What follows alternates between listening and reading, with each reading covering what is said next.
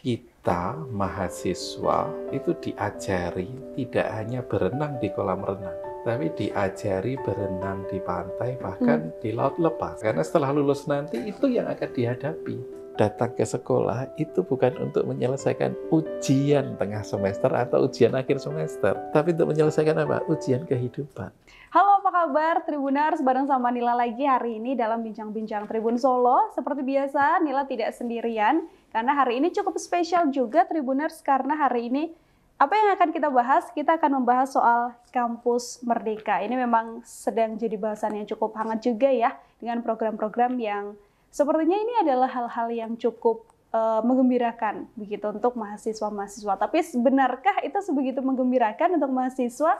Langsung saja hari ini saya sudah bersama dengan ini Pak Bapak Sutanto SSI DEA, Direktur Reputasi Akademik dan Kemahasiswaan UNS. Selamat, apa kabar Pak Sutanto? Kabar baik sekali Mbak Nila. Sehat ya? Alhamdulillah. Pokoknya harus sehat terus katanya. Meski masih Ramadan, meski harus puasa, konon katanya wajib ya puasa ya. Iya, wajib berpuasa. Iya, makanya harus jaga fisik, jaga kesehatan. Mudah-mudahan pandemi selesai. Yes, ini selama pandemi bagaimana Pak Tanto menghadapi hari-hari? Semakin menarik karena ada shifting, ada perubahan, ada pergeseran ya. Dari pola-pola lama menuju pola-pola yang sekarang kita lihat kan, kampus sepi. Ya, kebayang dulu internet kita kekurangan, sekarang banjir internet karena tidak ada yang pakai. Iya, betul. UNS itu punya 4 giga, tidak ada yang pakai karena mahasiswanya ada di rumah sendiri masing-masing. Kuliah daring. Bisa kebayang kalau dosen sejarah, mungkin mohon maaf, belajar sejarah bisa diceritakan dengan daring. Tapi ketika harus praktikum, ketika harus belajar matematik misalnya, menjelaskan secara daring, saya pikir bukan dosennya saja yang kasihan, tapi siswanya juga semakin hari semakin Betul, kasihan. harus adaptasi juga ya, Pak Tanto ya. Ada penyiksaan di situ mungkin ya. Kalau Bapak selama pandemi memang setiap hari masih tetap ke kampus, Pak? Ya, karena kalau kami direktorat tetap terjadwal dan memang di sisi kami, kebetulan saya di Direktorat Reputasi Akademik Kemahasiswaan, ngurusi mahasiswa, meskipun mahasiswanya tidak ada, ngurusi akademik harus berjalan terus, maka ya suka tidak suka, mau tidak mau ya kita harus datang ke kampus. Tapi tetap pakai protokol kesehatan tentunya betul. Dan sekarang kan juga sudah mulai dibuka juga ya Pak, UNS ya Pak ya, sudah bisa masuk. Belum 100% mahasiswa-mahasiswa yang mengambil mungkin riset, penelitian di laboratorium kita persilahkan. Mahasiswa-mahasiswa yang praktikum juga kita persilahkan. Cuma memang kami diuntungkan ya, utamanya kebetulan saya juga misalnya ngajar di Malaysia gitu, tidak perlu saya cari tiket. Datang begitu ya. Terus kemudian cari waktu, harus meninggalkan tempat. Sekarang ngajar misalnya di Universitas Malaysia Sabah, cukup dengan online gitu ya. Saya juga punya teman-teman di beberapa universitas, di Purdue University misalnya, ya cukup saya dari rumah atau dari kampus. Kalau Eropa selisihnya kan 6 jam ya, biasanya dari rumah, karena di rumah sudah jam 8 malam baru ketemu dengan teman-teman di sana. Kalau di Malaysia bisa dari kantor sekaligus, dan ini yang menarik, bisa 2 Zoom sekaligus. Wah, atau 3 Zoom sekaligus. Berarti dalam satu waktu bisa Zoom dengan ini, dengan ini, juga dengan saatnya ini. kita ngomong, ngasih kuliah di sini oke, diam dulu ya. Kita ngomong. Lebih produktif dan efektif juga saya ya melihat Pak. Saya melihat seperti itu. Jadi dunia betul-betul asinkronus ya. Kita tidak harus berada dalam ruang yang sama, tetapi berada dalam waktu yang bersamaan. Kita bisa saling transfer knowledge, transfer pengetahuan, transfer nilai dan seterusnya. Itu menarik sekali. Nah, mumpung hari ini saya berkesempatan ngobrol dengan Pak Tanto, ini saya kepengen membahas tentang Kampus Merdeka, Bapak. Ini kan Mas Menteri ya, kita sebut Mas Menteri kan menggaungkan Kampus Merdeka, yang mana memang sebenarnya apakah memang sudah sebegitu tahu begitu ya mahasiswa-mahasiswa tentang Kampus Merdeka ini? Mungkin sedikit bisa dijelaskan garis besarnya Pak Tanto, kalau menurut Pak Tanto, Kampus Merdeka yang digaungkan oleh Mas Menteri ini sebenarnya konsepnya seperti apa sih? Sebenarnya Kampus Merdeka itu ada beberapa paket ya, ada beberapa paket kebijakan. Ya, kebijakan itu kemudian dinaungi dengan sebuah amplop, apa istilahnya, di diberi nama itu kampus merdeka gitu ya. Hanya kemudian tujuannya sangat mulia sekali, yaitu apa? Kita mahasiswa itu diajari tidak hanya berenang di kolam renang, tapi diajari berenang di pantai, bahkan di laut lepas. Kenapa? Karena setelah lulus nanti itu yang akan dihadapi. Iya, betul. Kita tidak lagi mencetak mahasiswa yang tatkala lulus siap di training, tapi siap untuk dipakai. Yes. Nah, maka akhirnya ada satu paket yang pertama, mungkin bisa kita bahas sore hari ini ya, adalah Merdeka Belajar, yang berada di dalam bingkai kampus Merdeka. Anda jadi mahasiswa dikasih kemerdekaan untuk belajar. Nah, ini menarik saya melihat Merdeka Belajar ini, karena itu tadi, dunia usaha, dunia industri, jaraknya semakin berjarak dengan kampus. Ya, semakin ada distance di situ. Kebutuhan industri itu tidak diikuti dengan kompetensi yang dimiliki oleh para student ini tadi. Ini yang mulai mengkhawatirkan. Coba sekarang saya tanya, data science, ya. Banyak perusahaan yang punya data, ya. Akhirnya harus mencari mahasiswa dari prodi apa? Komunikasi. Oh iya. Nggak diajari di situ. Betul, Statistik. betul. Dia hanya diajari statistik, mean, median, modus, standar deviasi, distribusi fungsi. Tapi dia tidak ngerti ketika ini loh industri penerbangan, ini loh industri energi, ini loh industri pertambangan misalnya, itu core bisnisnya begini loh. Itu nggak ngerti semua, Mbak. Ya, maka orang statistik standalone berdiri sendiri. Kemudian orang IT standalone berdiri sendiri. Dia bilang, saya pokoknya tugasnya jahit aja, bikin program. Tapi harus bisnisnya kamu nggak ngerti. Ya nggak bisa apa-apa. Proses bisnisnya ada di mana? Tadi di pertambangan. Tadi ada di perbankan misalnya. Nggak ngerti semuanya. Akhirnya kita punya silau satu-satu. Nggak bisa jalan itu. Nggak bisa jalan. Dan akhirnya terjadi gap yang cukup besar. Nah, ini yang kemudian kalau Anda lihat, Mbak Nila lihat, ini kan problem besar negara ini ya. Ketika kita tidak bisa menyelesaikan sesuatu yang dimana memang itu urgent dibutuhkan hari ini, yang dilakukan apa? Impor. Impor. Ya, kemarin saya dengan teman-teman di Prancis sempat gurau. Aduh, kurang ajar ini kalian ini. Kenapa? Ya, saya bekerja keras dengan teman-teman di Solo ngumpulin beberapa produk yang dirasa disenangi sama teman-teman di sana. Kita bangun cross cultural understanding antara Prancis sama Indonesia. Saya bikin La Maison de l'Indonésie di kota Beauvais-sur-Mata ya, rumah budaya Indonesia di sana yang menampung produk-produk kreatif dan seterusnya. Tapi tiba-tiba Pak Menteri tanda tangan membeli pesawat Rafael yang harganya 1 triliun, saya bilang. Terus saya hanya ngirim 1 kontainer saja paling 300 juta, nggak nyampe, saya bilang gitu. Dan itu pekerjaan yang sangat luar biasa. Saya mengatakan, lah iya inilah high technology. Yang harusnya Indonesia sudah sampai ke situ. Gitu loh. Indonesia sudah sampai ke situ. Nah, kenapa tidak sampai ke sana? Karena itu tadi, kemerdekaan di dalam belajar ini yang coba digagas oleh Pak Nadiem ini kayaknya belum sepenuhnya diimplementasikan di kampus-kampus kita. Oke, kalau di UNS sendiri, Pak Tanto, untuk kampus Merdeka ini seperti apa? Hampir semua kampus hari ini dikasih target IKU ya, Indeks Kinerja Utama. Ya, Indeks Kinerja Utama itu ada 8. Indeks Kinerja Utama nomor 2 itu yang mengarah pada Merdeka Belajar Kampus Merdeka. Artinya apa? Sama Pak Nadiem itu dikasih gini loh, Pak Rektor, Bu Rektor, berapa sih jumlah mahasiswamu yang sudah menjalankan Merdeka Belajar? Apa itu Merdeka Belajar? Merdeka Belajar itu dia menghabiskan minimal 20 SKS atau ya bisa dikatakan minimal bisa, tapi minimal itu ya, minimal 20 SKS itu dihabiskan tidak di dalam kampus, tapi di luar kampus. Kemana? Ke Tribun News. Kemana? Ke sebuah stasiun televisi. Kemana? Dia ke PT sebuah perusahaan telekomunikasi misalnya ya, melakukan analisis, melakukan collecting data dan seterusnya. Nah, dia di sana menghabiskan waktunya, monggo mau 1 semester, 1 tahun, tapi kemudian bisa direkognisi itu menjadi 20 SKS. Jadi kalau sarjana Anda punya target berapa? 144 kan untuk lulus S1, maka 20 SKS itu bisa Anda lakukan cukup dengan satu kegiatan misalnya. Di sini misalnya, dikasih PR, tolong saya dilihat ini, dianalisis segmentasi pasar saya itu siapa sih kalau siang hari? Kalau sore hari siapa sih? Sama enggak siang dengan sore? Ya, bisa enggak saya dibuatkan profiling mereka dan seterusnya. Itu akan dia lakukan semua. Maka ketika dia melakukan itu, dia mahasiswa komunikasi itu dilacak. Oh, itu mata kuliah pengantar komunikasi itu.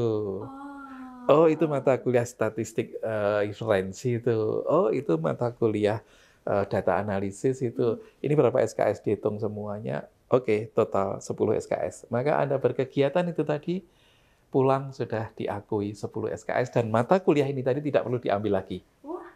Dan itu justru tidak hanya tahu pembelajaran di perkuliahan aja ya Pak Tantowi, bahkan tahu di dunia kerja aslinya seperti apa. Nah, sekarang jadi problem, dosennya tahu enggak? Bahwa di dunia kerja itu aktivitas Merdeka Belajar. Saya mengatakan aktivitas Merdeka Belajar adalah membuat profiling tadi.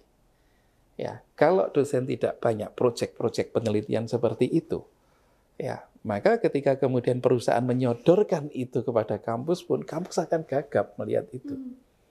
Bahkan gugup. Tidak bisa kemudian menyambut itu gitu ya. Ini kalau saya lihat metodologi pembelajaran project based learning. Kalau zaman saya dulu kuliah mungkin ya dosennya ngomong di depan whiteboard, mahasiswa tidak peduli, di belakang mau ngantuk, mau tidur, terserah. Tidak bisa seperti itu. Yang ini tadi yang dimaksud Pak Nadiem adalah ini ada sebuah proyek bekerja sama dengan industri. Boleh tidak dosen dari industri diminta datang ke kampus? Boleh. Itu namanya dosen profesional. Ya, itu namanya dosen praktisi. Kita undang. Boleh. Jadi dosen itu ada 3. Yang bergelar S3, profesional berdasarkan sertifikasi, tidak harus S3. Yang satunya adalah praktisi. Ya, dari Tribun News mau datang ke kampus, ayo bikin kuliah dengan saya yuk. Tentang apa? Tentang pertumbuhan ekonomi di Kota Solo yang dipacu dari bisnis komunikasi misalnya. Bisa kita langsung angkat menjadi mata kuliah dengan saya, kita sepakati berapa kali tatap muka? 2 kali saja ya Bu. Terus sisanya nanti langsung ke perusahaan Ibu mengambil proyek problem ini. Nah, itu mata kuliahnya nanti A, B, C, D, E. Bisa 20 SKS, alhamdulillah. Kurang, wasyukurillah. Nah, itu maka si mahasiswa akan tahu betul bahwa mata kuliah yang kemarin ditayangkan sekedar teori, mohon maaf ya, akhirnya sekarang diangkat oleh dosennya berupa project based learning. Dia langsung mempraktekkan langsung di situ. Ya. Dan bisa jadi malah dia outlier ya, saya melihat, karena kreativitas anak-anak sekarang nggak terbendung lagi. Ya, saya banyak memberikan PR project seperti itu. Saya malah kaget ketika kemudian datang lagi ke tempat saya, oh ini gila ini. Ya, tidak seperti yang saya bayangkan, kompetensi yang harusnya cuma sebatas ini, dia bisa melebihi itu semuanya. Nah, seperti itu. Nah, itu yang sebenarnya Pak Nadiem inginkan ya, sebuah pendekatan dalam pembelajaran secara merdeka. Mahasiswanya memilih, dosennya memilih. Ayo, perusahaan apa? Penerbitan, kita datang ke penerbitan. Perusahaan apa? Pertahanan, kita datang ke pertahanan. Ya mosok kita beli terus itu. Ya, lihat pesawat tempur, kita punya Sukhoi, kita punya F-16. Coba kalau pilot dengan pilot ini latihan, mosok mau tembak-tembakan. Satu pesawat ditembak 1 triliun, kita uangnya habis. Ya enggak bisa. Maka orangnya enggak perlu naik pesawat. Cukup dia naik pesawat, tapi yang ditembakkan, mohon maaf, tetap naik pesawat, tapi yang ditembakkan bukan peluru kendali yang di situ ada hulu ledak. Tapi yang ditembakkan di situ peluru kendali, tapi hulu ledaknya diganti dengan hulu IT. Kemudian dia bisa bergerak mengikuti sebuah sistem persamaan diferensial order 2, maka bisa dilihat secara simulasi, dan kemudian ternyata menembak musuh pada kejauhan itu, sudut elevasi pesawat saya sekian, dan pesawat saya harus kecepatan sekian. Baru ditembakkan, paf, oh kena. Tapi pesawat sana masih utuh, kenanya hanya dalam simulasi. Itu namanya Air Combat Maneuvering Instrumentation. Harganya ratusan miliar, Mbak. Dan kita masih tergantung dengan dunia luar. Yes. Padahal saya melihat jago-jago banget mahasiswa saya kasih PR, persamaan diferensial ini selesaikan, simulasi ini kamu garap. Tapi pernah enggak kemudian dua ini dijahit, dirangkai, masuk ke pertahanan kita, sistem pertahanan kita? Tak garansi Mbak, 5 tahun saya sudah bisa memotong itu, kita enggak usah beli lagi keluar. Ya, misalnya seperti itu loh ya. Ya. Belum kita bicara agro, yang teman-teman pertanian. Lah kurang apa Indonesia ini? Ya toh? Anda pernah lihat parfum? Yang paling mahal suka orang pakai apa? Bulgari itu ya. U-nya pakai V itu ya. Iya betul. Nah, makanya jalan dari sini 1 jam naik bus itu, naik mobil. Kita punya rumah ciri Indonesia itu yang bikin kan orang Bulgaria itu zaman Pak Soekarno. Ya kan tempatnya Pak Paulus Mintarga itu. Asal-usulnya parfum itu dari apa? Dari daun nilam. Nek orang desa ngomong dilem. Daun itu dipetik, di sini baunya wangi, minta ampun. Nah itu diburu sama orang Eropa sana. Memang bisa tumbuh di sana? Nggak bisa, tapi kok sekarang kita impor parfum itu. Loaded toilet itu. Piye itu ceritanya itu. Itu kok jadi kebalik-balik kayak gitu. Makanya ya biarlah Tuhan yang tahu saja lah. Makanya ini tidak ada yang menyerah ya. Saya melihat menarik sekali Pak Menteri sadar betul ini harus segera ini dilakukan perubahan ini. Ya, kalau perlu kirim itu anak-anak ke Perancis, ya, masuk ke laboratorium Coco Chanel numero 5, ya, masuk itu ke Montpellier, di sana banyak sekali itu. Sejarah pun diajari yang benar lah. Belanda ke sini bukan cari rempah-rempah saja kok. Mosok pelajaran sejarah selalu Belanda datang ke Indonesia mencari rempah-rempah. B suami, C istri. Ini opo? Saya bilang ya enggak gitu. Rempah-rempahnya ini apa? Jangan dibayangkan berambang bawang gitu ya. Kita harus sampai ke situ. Ternyata dengan teknologi atsiri gila ratusan daripada minyak itu sangat berguna sekali. Yang asal-usulnya dari tumbuh-tumbuhan kita. Ya, itu baru itu loh ya. Maka kita akan kemudian jalan-jalan ke kota Solo misalnya ya. Mau kemana? Ke Ngampel itu, Boyolali. Saya kemarin ziarah ke sana sebelum Ramadan itu. Karena ada makamnya orang Belanda, Johannes Augustinus de Sense itu ya. Yang membuat perkebunan kopi di daerah Ngemplak, Banyuanyar, Ampel itu ya. Makam dia itu masih di situ, makam kuno sekali. Orang pada takut semua paling. Saya tuh tahunya ya dari baca buku, loh ini ada orang Belanda di sini, ternyata dia ahli botani, dan ternyata dia yang membuat itu rumah dinasnya Pak Wali itu, arsiteknya De Sense itu. Nah sekarang Anda lihat ke sana, perkebunan kopinya masih ada, pohon kopinya yang minimal berusia 80 tahun masih ada. Coba bayangkan. Nah, itu nek dikelola dengan bagus, akhirnya kita masuk dengan Pak Lurah. Ayo ini dikelola dengan baik, ini. Jalan Mbak, panggilan nanti Lurah untuk ngomong di sini Mbak. Kok Lurah? Apa jenis kepala desa ya? Suruh ngomong. Sekarang ada baristanya. Sekarang kita bikin wellness tourism di sana. Sekarang kita sambungkan dengan tempat makamnya tadi ya. Coba kita ungkit lagi sejarahnya. Ternyata menarik kan kalau belajar sejarah gitu. Nah, saya khawatirnya orang Solo malah nggak ngerti itu ada De Sense di situ. Atau orang Belanda yang mati-matian membuat perkebunan dikira menjajah. Padahal dia mengatur bagaimana ditanam dengan baik, bagaimana dikelola dengan baik, dipanen dengan baik, dikirimlah ke Eropa. Mbok ayo dilacak ini. Namanya kopi Liberica, bukan Arabica, bukan. Bukan semuanya. Loh, hebat banget ya, di sekitar Solo, iya. Nggak ada yang ngerti, Mbak. Ya. Nah, makanya saya melihat ini sebenarnya aset ya. Itu akan ketahuan tatkala seseorang itu belajar dengan merdeka. Ya, mendekatkan dirinya, mendekatkan pelajarannya, mendekatkan teorinya pada dunia real, konkret, dunia industri, dunia usaha, dunia kerja. Ya, itu yang pertama. Terus kemudian mendekatkan dia pada hobinya. Ya wis nek hobine kopi ya wis nyedak kono. Ngapain harus ngurusi yang lain kan gitu. Kira-kira seperti itu Mbak Nila. Artinya Pak Tanto ini kan banyak yang sebenarnya bisa dilakukan oleh kita sendiri, begitu ya. Banyak hal yang bisa dilakukan. Sekarang Mas Radiem sedang mencoba untuk menerapkan kampus merdeka. Kalau menurut Bapak sebenarnya PR yang paling besar berarti apa, Pak? Transformasi berpikir dan transformasi bertindak. Itu yang penting. Kalau tidak, saya dulu diajari guru saya dengan cara itu. Maka kalau sekarang saya jadi guru, saya akan mengajar dengan cara itu.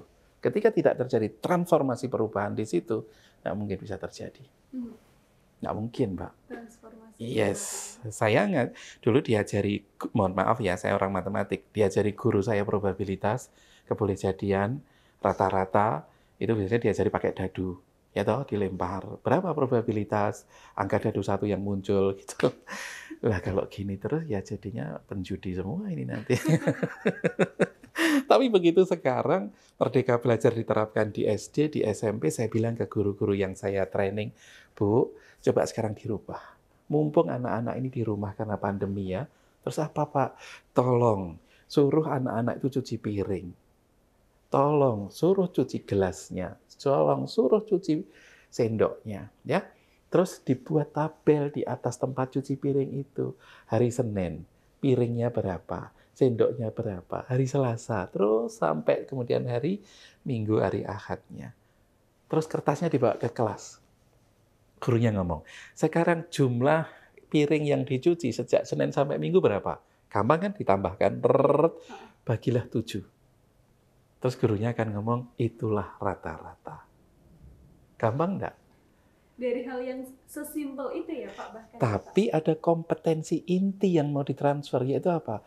Anak menjaga kebersihan, anak taat kepada orang tua, anak paham matematika. Pernah enggak sekarang kita ngajar untuk sampai ke kompetensi ini, disebut kompetensi inti loh ini. Kompetensi dasarnya itu yang ini, paham matematika, rata-rata tadi, standar deviasi tadi, probabilitas tadi. Saya dikejar. Nah kalau probabilitas gimana Pak orang cuci piring? Ya gampang, berapa piring yang pecah selama sebulan. Nah kalau kamu marah mau pecah itu bukan probabilitas, itu deterministik. Tapi kalau tiba-tiba kamu nyuci, oh, nah itu namanya pecah. Dari situ anak jadi ngerti, oh kejadian probabilistik itu ya. Oh kejadian deterministik itu ya. Ngerti Mbak, dibandingkan dadu dikocok terus kartu. Ini mau jadi apa kita ini? Memang tidak ada contoh yang lain. Nah, Pak Nadiem itu meminta, ayo dikayakan itu, gitu loh. Datanglah ke sana, ya, datanglah ke perusahaan bis, datanglah ke perusahaan pesawat terbang, Garuda Indonesia Airways misalnya. Coba kau hitung orang Padang sama orang Solo itu saling tiktokan enggak, saling kontak-kontakan tidak, probabilitasnya berapa? Jika iya, maka buatlah rute Solo Padang langsung, kayak gitu. Nah, itu probabilitas bisa dilihat dari datanya Telkom, bisa dilihat dari data yang macam-macam. Saya seperti itu. Dan sebenarnya kalau menurut Pak Tanto, apakah itu sebenarnya jauh lebih menarik Pak? Karena jadi bekerja langsung di lapangan, tahu kondisi di lapangan dan sebagainya. Dan menurut Bapak, apakah PR-nya juga tidak hanya terletak di mahasiswa ya atau murid kuliah saja, tapi dosen atau guru atau pengajarnya yang juga harus dibekali? Satu pertanyaan itu menarik. Saya melihat ya, buat sebagian orang kan tidak bisa makan durian itu enak, ya kan? Coba orang Prancis suruh ke sini, orang Jerman suruh sini, suruh makan durian, nggak bisa masuk itu. Atau kita disuruh datang ke sana, disuruh makan keju camembert misalnya ya, sudah nggak bisa makan itu. Tapi buat orang sana itu kan nikmat sekali. Buat kita itu nikmat sekali. Itu yang terjadi hari ini. Ya, bahwa dalam pembelajaran ini akan menemukan kenikmatan tatkala Anda bisa paham itu, Anda bisa mempraktekkan itu, dan Anda bisa teaching for the others. Anda bisa mengajarkan kepada orang lain. Tingkat kepuasan seseorang memahami ilmu kan ada di situ. Nah, kan pas sekali kalau masuk ke dunia praktek itu tadi kan. Itu yang pertama. Kita mengatakan itu menarik, dan sekarang PR-nya menurut saya buat Pak Nadiem adalah membuatkan aktivitas sebanyak-banyaknya. Karena aktivitas seperti tadi kalau saya lihat di laboratorium saya waktu saya S3 maupun ngajar di tempat lain, di luar tentunya ya, itu membutuhkan dana yang tidak kecil, Mbak. Nggak iyalah, dana yang tidak sekedar ya sana uang kayak uang bensin lah, pergilah ke sana. ngobrol-ngobrol. Enggak. Itu men-setup satu project membuat air combat maneuvering instrumentation tadi ya, dana risetnya pasti akan gede. Lah ini konsekuensinya ada di situ. Buat seorang Pak Menteri ya. Sebenarnya bisa sih dengan alokasi anggaran pendidikan yang kita punya dilakukan realokasi ya. Artinya mengalokasikan kepada pos-pos yang memang dampak outcome-nya jauh lebih tinggi ya dibandingkan dengan mohon maaf kegiatan-kegiatan yang ya terlalu banyak FGD, seminar, nggak jelas kalau menurut saya itu. PR ada di pengajarnya juga, pengajar Ya. juga harus dibekali dan kembali lagi asal mulanya juga dari pemerintah yang harus memberikan banyak kegiatan. Ya. Maka kembali ke filosofinya, kenapa ada sekolah, kenapa ada universitas itu kan menurut Pak Seneca itu ya, Pak Seneca itu filosof yang hidup di zamannya itu loh, siapa itu? Gladiator itu loh, Maximus itu ya. Itu kan ada kaisar yang punya penasehat seorang Seneca. Kalau Anda baca mungkin buku filosofi teras itu ya, yang warnanya kuning itu, dia mengatakan non seculae sed vitae decimus. Bahwa kamu datang ke sekolah itu bukan untuk menyelesaikan ujian tengah semester atau ujian akhir semester, tapi untuk menyelesaikan apa? Ujian kehidupan. Iya, betul. Berarti benar enggak? Ini tadi hanya berapa porsi 20 SKS itu. Di situ ada real life. Ada problem yang benar-benar open problem yang dihadapkan kepada kita ya. Dan benar-benar akan mendidik desain berpikir yang benar. Ya, design thinking ini mau diajarkan di mata kuliah apa sih design thinking itu? Agar kemudian mahasiswa saya mudeng, ini loh kok harus 2 periode? Kok tidak bisa 3 periode? Kenapa harus 2 periode? Iso enggak Anda membuat desain pemikiran yang benar? Bahwa dulu Montesquieu semuanya itu mengatakan cukup 2 periode. Ya. Lah kok kalau 3 periode gimana? Jangan tanya dulu 3 periode. Kenapa 2 periode? Kau jawab itu. Nah, maka desain berpikirnya akan keluar semua. Nah, ini tidak ada mata kuliah kita tentang itu, Mbak. Tidak ada mata pelajaran itu mau ditaruh di mana? PPKN. Tidak enak.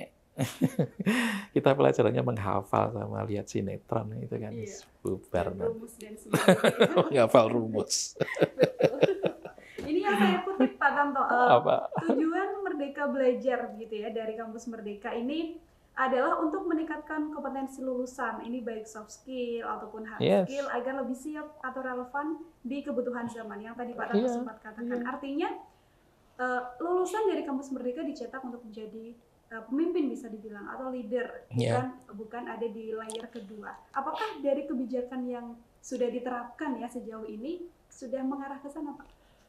Saya melihat sebenarnya suatu yang sangat logik ya. Mohon maaf, kita ini kan follower akhirnya ya. Tidak pernah ngelit di depan, karena sekarang yang bisa ngelit di depan itu adalah orang yang punya teknologi. Orang yang punya knowledge. Bukan hanya orang yang punya informasi. Ya, informasi itu kita olah menjadi data, data menjadi insight, insight menjadi knowledge, knowledge referensi, maka kemudian kita bisa ciptakan teknologi. Dan orang-orang yang ada di depan itu hari ini adalah orang-orang ini. Ya kan? Nah, sementara kalau kita hanya tugasnya menghafal, itu kalau level kognitif itu hanya C1, Mbak. C1 itu menghafal. Padahal yang dituntut dalam higher order thinking skill, istilahnya ya HOT itu ya. Itu ada pada level C3 dan C4. C4 itu adalah sudah create something.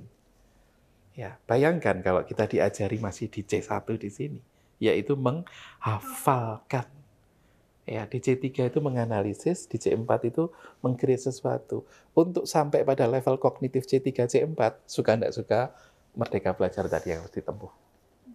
Ya, kalau mau terus di sini ya pelajarannya Belanda datang ke Indonesia mencari A, rempah-rempah, B, seperti itu tadi.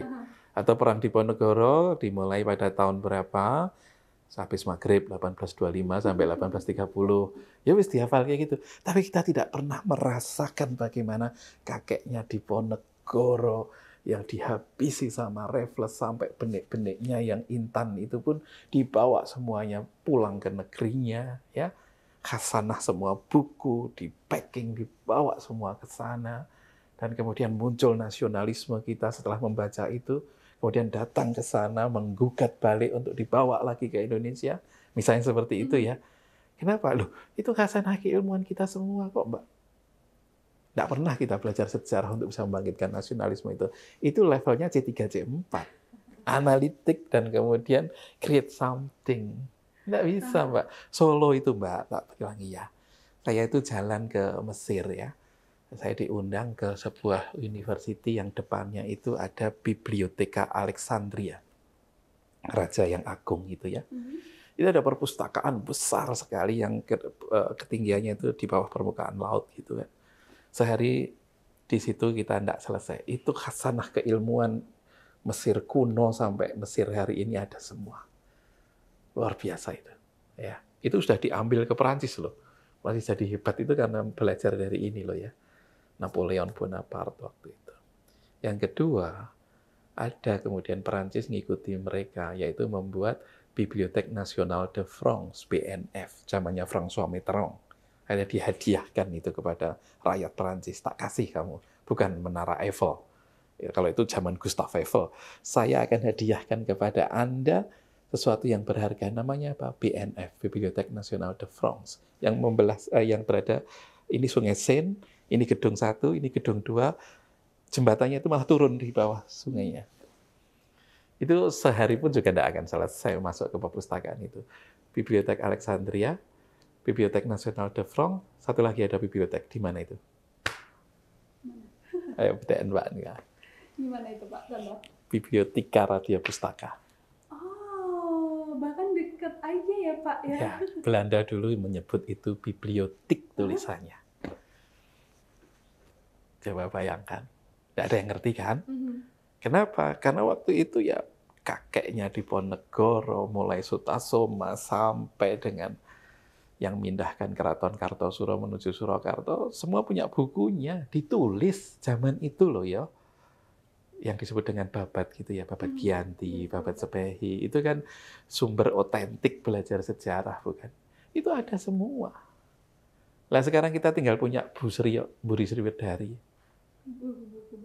Bukunya apa saya tidak tahu, tapi saya melihat sebenarnya saya masuk ke Bibliothèque Radia Pustaka mestinya saya punya la fierté ya, satu kebanggaan bahwa saya menjadi generasi penerus orang-orang hebat di kota Solo ya, penulis-penulis hebat, pujangga-pujangga hebat ya, ilmuwan-ilmuwan besar yang oleh Belanda pun diakui waktu itu langsung dibangunkan bibliotek. Bibliografi, tempat mencari referensi. Ya, tapi ya itu tadi Mbak, problem kita masih Belanda mencari rempah-rempah tadi. Belanda mencari rempah. Levelnya belum sampai di level C1 tadi ya, Pak. Masih di C1, belum sampai pada istilah sekarang higher order thinking skill, hot skill tadi itu. Guru dituntut mengajar siswa sampai pada level kognitif, maka disebut C ya, C3 atau C4.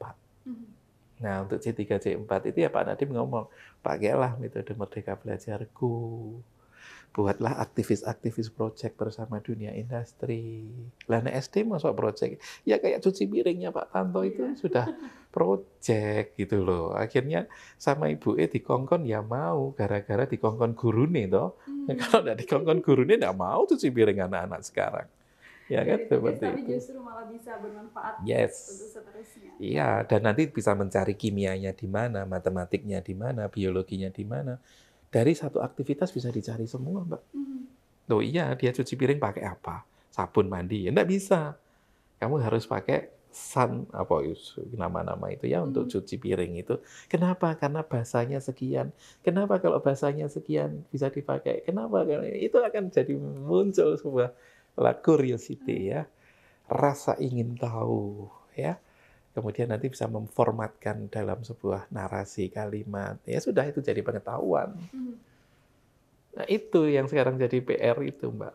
Itu masih jadi PR yang terbesar dan Yes. mungkin problem selain ini mindset mahasiswa atau mungkin siswa secara umum ya, Pak Tanto ini yang berkuliah, kemungkinan besar berkuliah untuk mendapatkan pekerjaan, berkuliah untuk bisa bekerja, bukan berkuliah nanti semoga bisa menjadi leader yang nomor 1 begitu ya.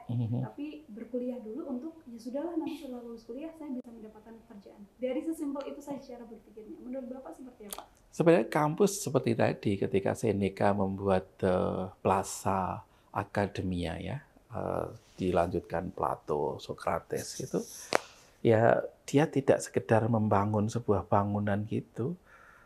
Ruang yang dibangun itu adalah ruang untuk berdebat. Ruang untuk menyocokkan antara inovasi dia dengan referensi yang sudah ada di situ. Maka ketika inovasi dia itu benar, referensinya yang kalah, muncullah referensi baru. Ya, maka orang berpikir itu A selalu dibandingkan dengan referensi itu B. Jadilah A per B. A per B itu naik bilangan yang matematik, ini namanya bilangan rasional. Maka manusia yang rasional itu selalu punya ide inovasi, tapi selalu membandingkan dengan referensi. Referensi ini ada di mana? Di sekolah, di kampus. Tapi bisa didebat enggak?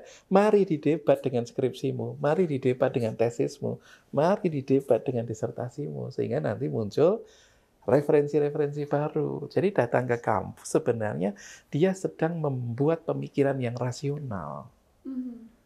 Dengan melihat referensi yang sudah ada dan syukur bisa merevisi, menciptakan referensi-referensi baru. Maka tatkala muncul referensi baru, ya Anda bisa lihat sendiri tiba-tiba muncul layanan online, muncul pemberitaan online, itu kan referensi-referensi baru. Jadi saya kok sebenarnya optimis ya. Orang datang ke kampus kalau kemudian diberi ruang penyadaran secara filosofisnya ketemu, ya. Kemudian what should we do-nya juga ketemu, ya.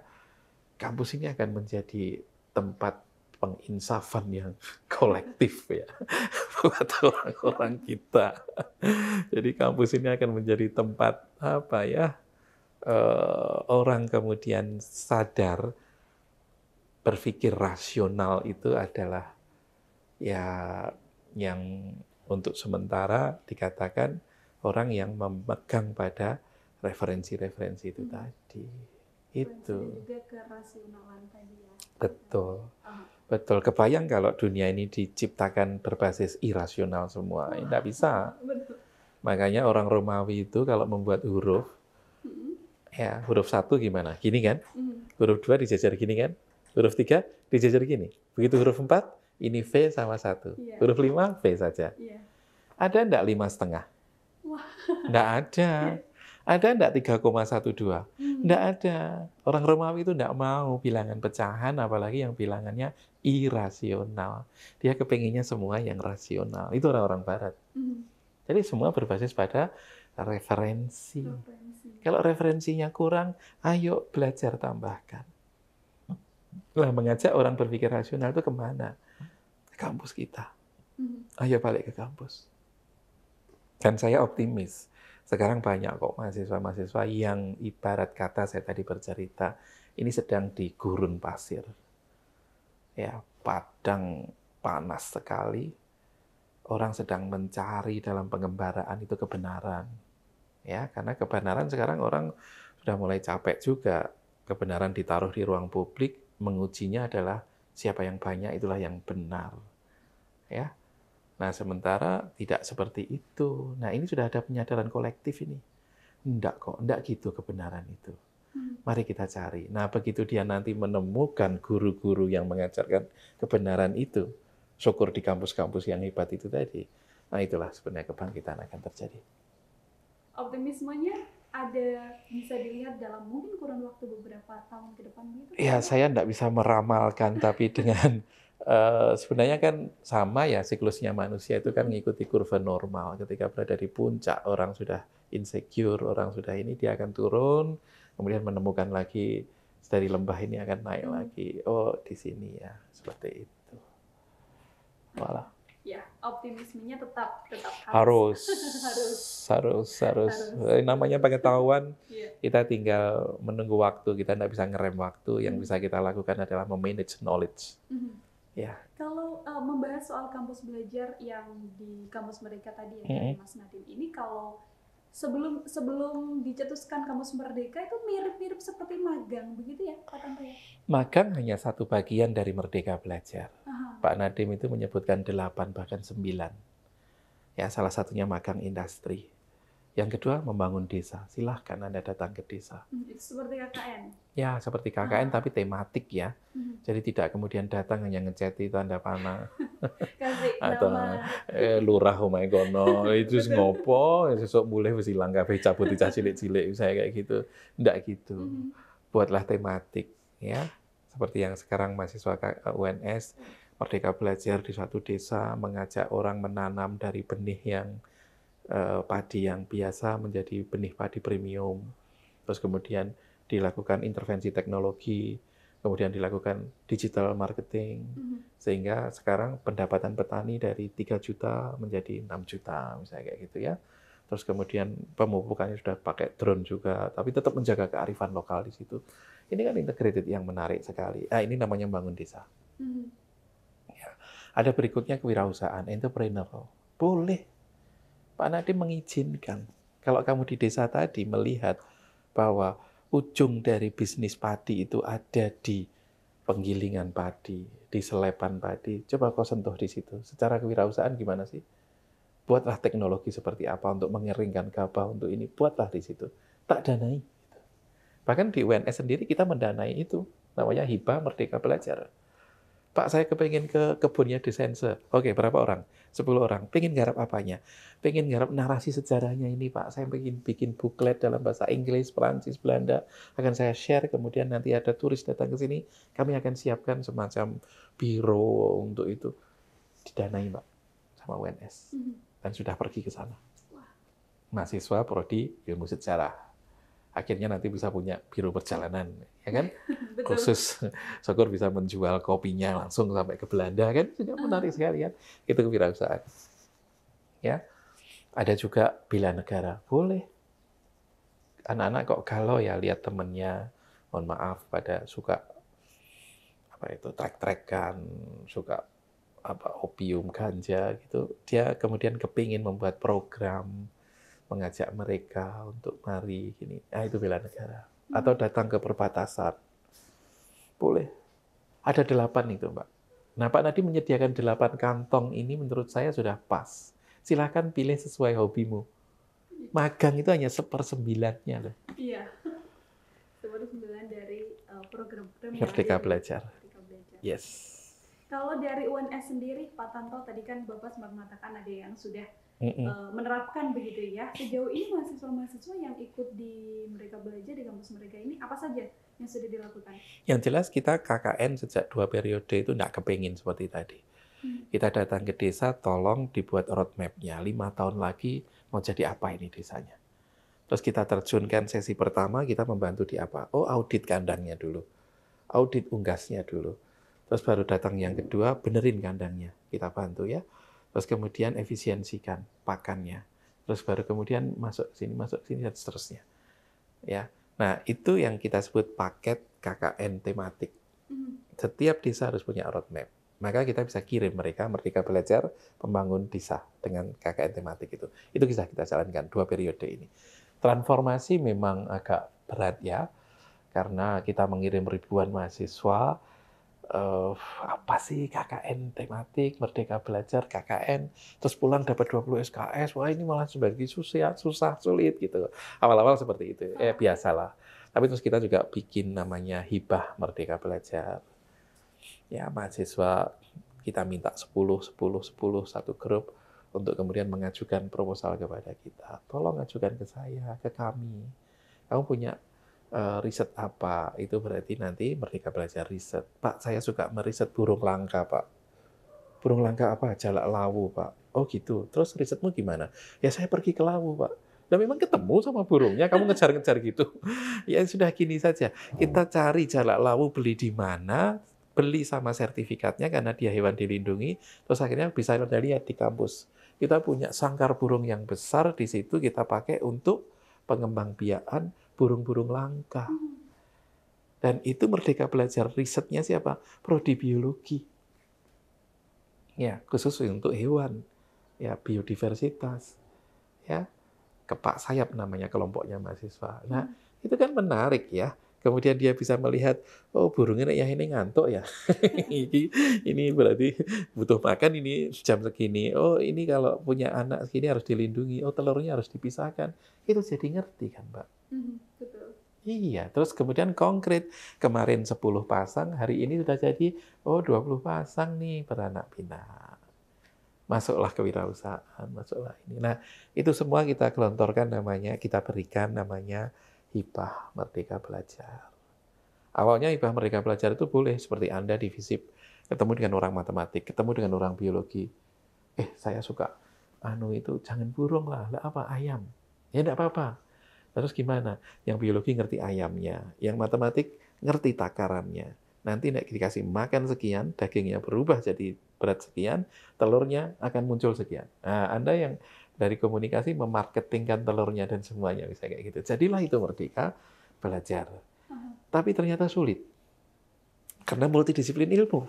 Betul. Iya, saya matematika ketika ditanya, bahkan ini apa food cost ratio ini? Saya harus belajar banyak tentang rasio antara yang dimakan dengan daging yang ini. Itu kalau saya tidak belajar ya tidak ngerti. Nah itu kelemahan kita kan, antar ilmu itu dindingnya tebal sekali kan. Akhirnya sekarang kita bikin hibah hanya dilakukan oleh HIMA, Himpunan Mahasiswa di satu prodi. Kita lakukan itu. Kasih kami proposal terbaikmu, kami danai, terus kamu sak prodi wis pergi ya ke sana, ya. Ning idemu aja gur ngeceti jalan mau lo ya.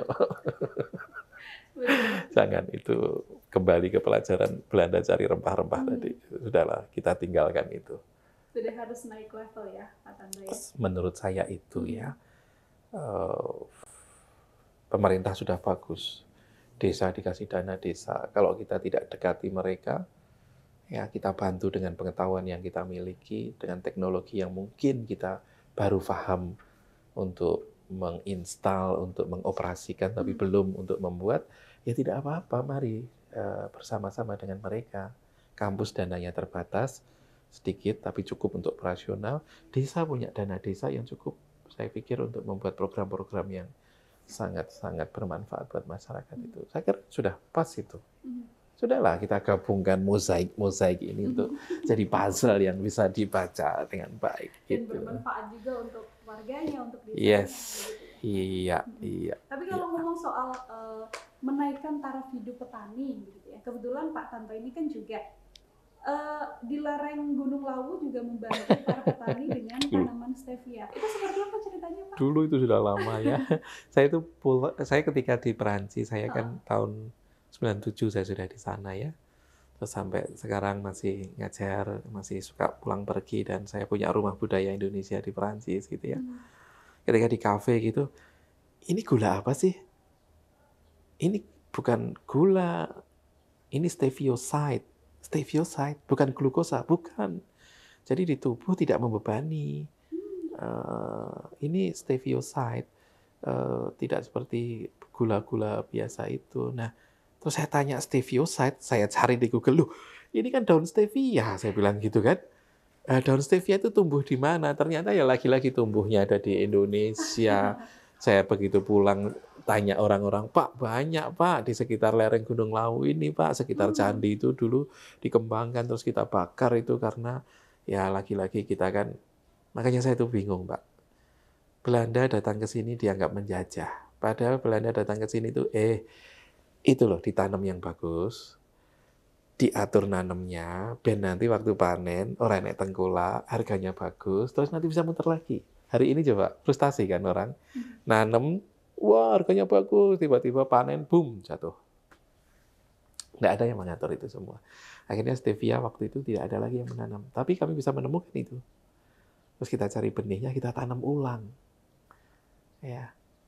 Nah, kebayang kalau daun stevia 1 kemudian gini, manisnya minta ampun itu. tapi bukan glukosa, tidak berbahaya buat tubuh kita. Menarik bukan? Nggak usah diproses lah, itu biarkan kering, dicampur dengan teh, kemudian diseduh. Jadi pengen buka puasa ini. Bentar lagi. Itu sudah teh celup tanpa gula, bukan? Terus saya bilang ke teman-teman saya di Perancis, saya nemukan ini. Datanglah perwakilan Kadinnya itu ke sini, Mbak. Terus saya bawa ke Fakultas Pertanian, saya bawa ke petani. Bisa enggak saya minta sekian ratus hektar untuk menanam itu di tempat yang tidak ada naungan gini-gini. Wah, kalau di Jawa ya susah itu. Akhirnya ya proyek kecil-kecil kita tetap taruh, terus hidupkan kembali pola tanam tapi tidak tanaman inti ya, tumbang sari, misalnya seperti itu. Saya terus terang suka, bukan masalah hobi menanam, tapi saya melihat, ya katanya Pak Sudirman kan, desa itu mengepung kota. Kota itu tidak ada apa-apa, potensinya ada di desa. Krisis ekonomi di kota, di desa krisis, tidak ada. Orang lapar tinggal cabut, ada singkong. Mau dibikin apa? Diparut, jadi digoreng, jadi iyalah. Itu daunnya jangan dibuang, langsung disayur, udah selesai kok. Di kota kami harus beli butuh uang. Sementara resesi ekonomi kita tidak bisa apa-apa. Kita tidak bicara inflasi di desa itu, kita tidak bicara apa-apa. Di sana ada semua. Ya, kemarin saya juga ketika orang bingung konsentrat untuk ternak misalnya gitu. Tunggu, ini ilmunya siapa ya? Kalau saya ngomong saya takut salah gitu kan. Tapi kenapa kita tergantungan dengan perusahaan asing yang membuat konsentrat itu dan menjadi investasi asing di sini yang kemudian menyetori kepada peternak-peternak rakyat pakan-pakan seperti itu dan kita ketergantungan. Ya, apalagi kalau mereka nanti juga ikut pelihara ayamnya. Lah ya sudah telurnya melimpah, harga telur jadi turun, harga pakannya dia mainkan, kacau. Makanya saya ngelihat gini, Mbak, ini harus diurai. Dan ilmu yang kita miliki itu kalau ditaruh di satu tempat yang namanya desa tadi, kita keroyok, selesai itu. Selesai, Mbak. Ya, di Juwiring itu saya bikin sekolah alam Bengawan Solo, di pinggir Sungai Bengawan Solo. Boleh dipanggil ke sini nanti, kepala sekolahnya. Ya. Jadi anak-anak yang dulu tidak bisa sekolah, kita ajari di situ, tapi pendekatannya adalah sekolah alam. Ya, kita ajari berbasis pada alam. Tapi nanti ujiannya kita ikut ujian persamaan, ya lulus jadi SD, SMP, sekolah lanjut, dan seterusnya. Nah, jalan sekarang. Ya. Di Salatiga, Mas Arfian itu sudah merintis tuh sekolah yang sustain itu. Mas Arfian itu yang menang kompetisi di Airbus itu. Dia rekrut anak-anak SMA, SMK, suruh membuat spare part dari sebuah proyek. Ya. Nah, Mas Arfian itu sudah bisa bikin mesin CNC-nya, canggih banget saya bilang. Udah jadi kampus lagi. Nah, seperti itu akhirnya yang dibuat mesin spare part itu untuk mesin pertanian, untuk mesin di desa, dan seterusnya. Hebat, luar biasa ya seperti itu. Bisa kok. Potensinya sebenarnya hebat, luar biasa. Aduh. Kembali lagi ya. Iya. Dari Belanda ke situ naik pesawat 16 jam. Apalagi zaman dulu naik perahu terus berapa bulan, berapa tahun. Lah kenapa harus ke sini? Karena dia melihat ada kekayaan yang luar biasa, Mbak. Iyalah, Amsterdam itu terdiri dari dua kata, Amstel dan Dam. Amstel itu nama sungai. Dam itu apa? Bendungan, dam. Maka sungai yang kemudian dikasih bendungan, di sini ada airnya enggak? Enggak ada. Maka yang kering ini namanya kota Amsterdam. Pertanyaannya, insinyurnya boleh dari mereka. Duitnya dari mana? Maka di kaki menara Eiffel ada tulisan, Il faut pardonner, mais il ne faut pas oublier. Kita boleh memaafkan, tapi jangan sekali-sekali kita melupakan itu semua. Boleh memaafkan, tapi jangan melupakan. Yes.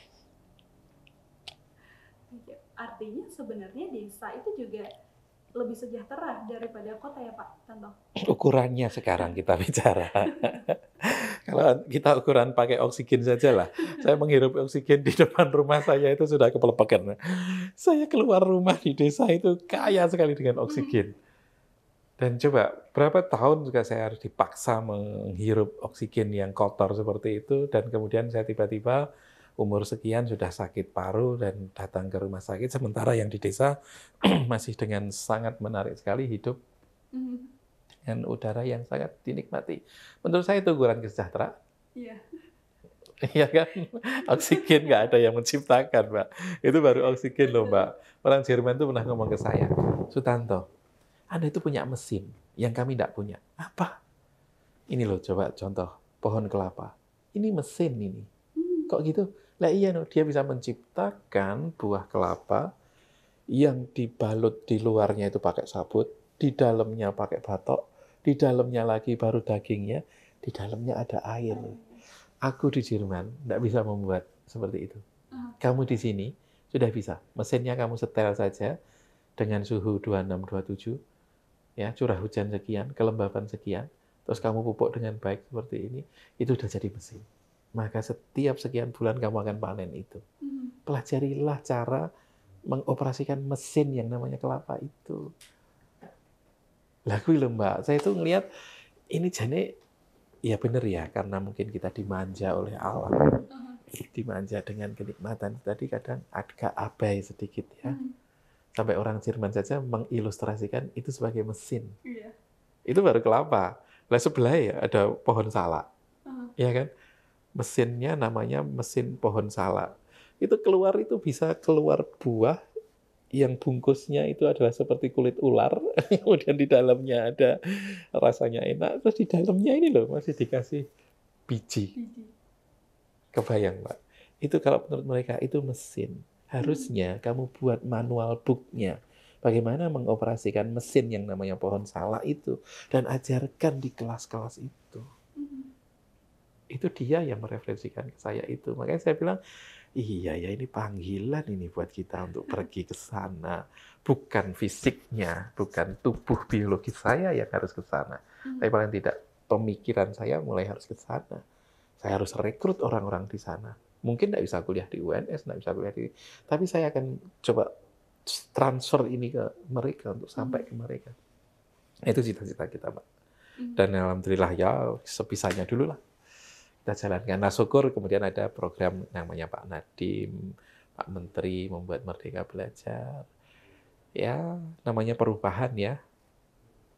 Harus tetap dijaga roadmap-nya.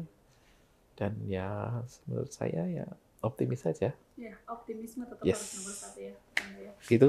Begitu. Oke. Nah, kemudian ini mungkin bisa disampaikan nih Pak Tanto karena Yes. kita sudah membahas cukup banyak soal kampus Merdeka, Merdeka Belajar begitu ya. Yang nomor satu adalah optimisme untuk bisa mencapai dan juga membantu lah ya keinginan dari Mas Menteri, Pak Nadiem untuk mengembangkan kampus Merdeka. Bisa disampaikan closing statement mungkin Pak Tanto, apa yang mungkin bisa disiapkan untuk orang-orang yang sedang menonton ini tentang kampus Merdeka?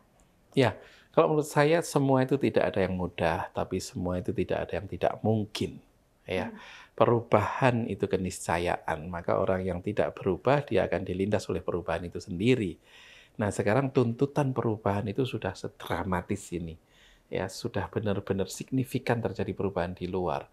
Maka kalau institusi yang namanya pendidikan, sekolah, kampus itu tidak mengikuti atas perubahan yang diinginkan oleh zaman, ya akhirnya nanti itu akan hilang dengan sendirinya kampus. Akan muncul kampus-kampus peradaban baru. Akan muncul kampus-kampus yang mengajarkan sebuah peradaban baru, sebuah teknologi baru yang mungkin akan lebih disambut oleh masyarakat karena itu tadi ya, dia menawarkan oase, dia menawarkan air di tengah gurun di mana kita di situ boleh dikatakan apa ya, matinya pengetahuan, tiba-tiba datang pengetahuan baru yang berbasis pada kesadaran kolektif untuk mau berubah, untuk mau maju sesuai dengan tuntutan zaman. Maka ya saran kami perubahan itu keniscayaan ya. Tuhan pun menciptakan pagi menjadi siang dengan permainan yang disebut dengan rotasi dan revolusi. Dan itu sebenarnya adalah contoh perubahan yang konkret. Ketika ada sinar, maka kehidupan berjalan. Ketika tidak ada sinar, kehidupan untuk sementara berhenti. Dan pada setiap event yang terjadi, ada perubahan yang signifikan. Maka belajar dari itu, saya pikir naif kalau kita tidak mau untuk berubah dan untuk maju. Betul. Perubahan itu sebuah keniscayaan. Yes. Pak Tanto. Oke, terakhir Pak Tanto, ini singkat saja dijawabnya. Kalau misalnya ini kan juga sudah 2 periode begitu kan, kemungkinan Mas Nadiem kan juga sudah mengenalkan Merdeka Belajar. Kalau misalnya nanti sudah berganti periode, menurut Pak Tanto, apakah Merdeka Belajar ini sangat worth it untuk dilanjutkan atau mungkin seperti apa? Kalau menterinya saya lanjutkan. Gampang itu. Indonesia ada peran variabel yang namanya politik. Ini yang sangat membebani hidup kita. Maka di Thailand tuh saya suka urusan ekonomi, urusan pendidikan, tolong raja yang ambil alih.